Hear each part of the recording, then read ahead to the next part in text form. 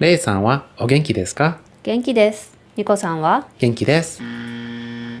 If you're learning Japanese and English is your first language, you're gonna find yourself wanting to ask people, "How are you?" This is a trap. In this video, I'll explain the problem with asking "How are you?" in Japanese, as well as some more natural options. And as a bonus, at the end of the video, I'll teach you a very formal way to ask "How are you?" which you will encounter from time to time. First, the simple classic way to ask someone "How are you?" would be genki. That's casual language. The word genki means something like healthy, vigorous, full of energy, spirited. But yeah, just saying genki is pretty casual. So if you're learning in a classroom, you're more likely to hear something like the dialogue we saw at the very beginning of this video. レイさんはお元気ですか？元気です。ニコさんは元気です。How are you, Rei-san? I'm good. And you?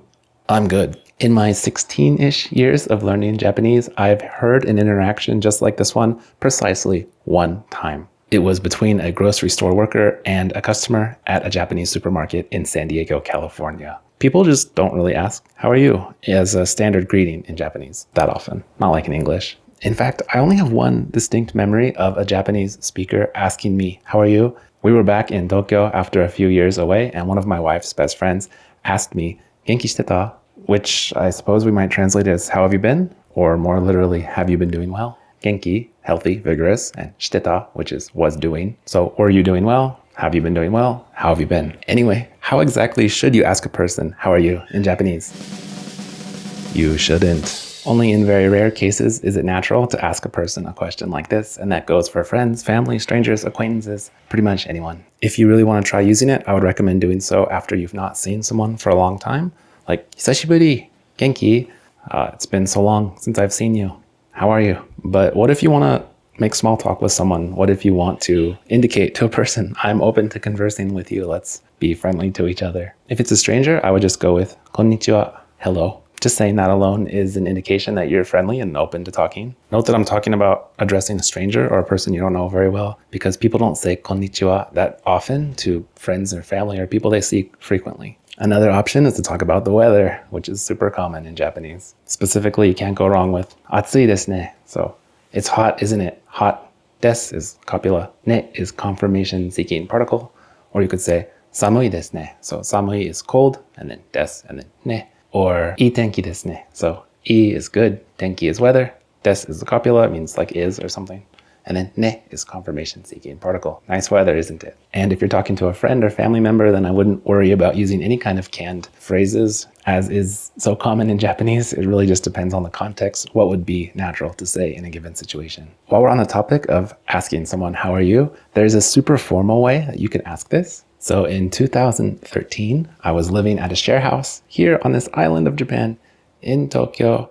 If we zoom into over here by Shinjuku, if we look right over, okay, so Shinjuku is up here, Shibuya is down here, and then Harajuku is like right here. So I was living at a share house right by Kitasando Station. So I was like over here. I think this one, Sakura House in Nagayon Chome.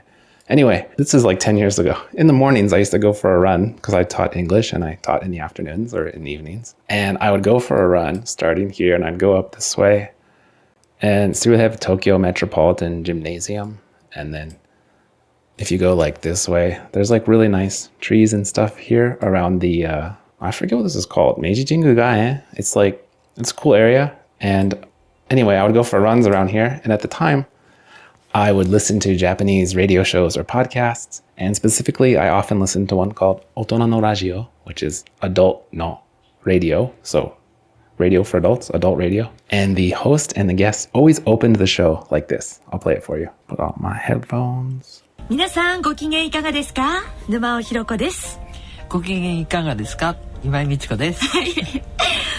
ご機嫌いかがですか? Did you catch all that? The key phrase there was ご機嫌いかがですか? which is a very formal way of asking, "How are you?" We have a lesson on Native Shark about this word, so I'm just going to go show you part of it right now. Right here. Talking about one's mood with kigen. The word kigen, mood, spirits, is used in a variety of set phrases. You can see it's a combination of these two kanji, machine, occasion, and dislike, hate. I have no idea why it's those two characters. Sometimes kigen translates nicely as mood, an article. 自分の機嫌は自分で取る。自分の機嫌は自分で取る。自分の機嫌は自分で取る. You control your own mood. And I mentioned that same story I told you in this lesson, and I showed pictures of Meiji Jingu gaien, which is I used to run past these trees, and it was really beautiful, and I miss it. Anyway, let's listen again. 皆さんご機嫌いかがですか？沼尾ひろ子です。ご機嫌いかがですか？今井美智子です。Imai Michiko-san's voice is super natsukashi for me. Minasan means everyone. Go is an honorific prefix, so you just put it at the beginning of certain words when you're being formal. Gigen means something like mood, as we saw. Ikaga is just a more formal way of saying do, which is how. Des is the copula, so you can think of it as meaning is. Ka is a question marking particle. Then they each say their names, followed by des. Even after all these years of learning Japanese, I still have a hard time catching people's names when they say them in ways like this. I had to listen to this a few times to catch that it's Numao Hiroko and Imai Michiko. One more time. 皆さんご機嫌いかがですか？沼尾ひろ子です。ご機嫌いかがですか？今井美智子です。Some of these Japanese radio shows have such nice vibes. I miss going for runs around that Meiji Jingu gaien area and listening to this show. Maybe I'll try it again sometime, and I bet I'll understand a lot more of the Japanese this time around. But yeah, that's all. I'll put all this Japanese in the description, and I'll put links to anything I mentioned. Thank you for watching this video. Thank you for your time. この番組はフューチャーラーニングメソッドネイティブシャークがお送りしました。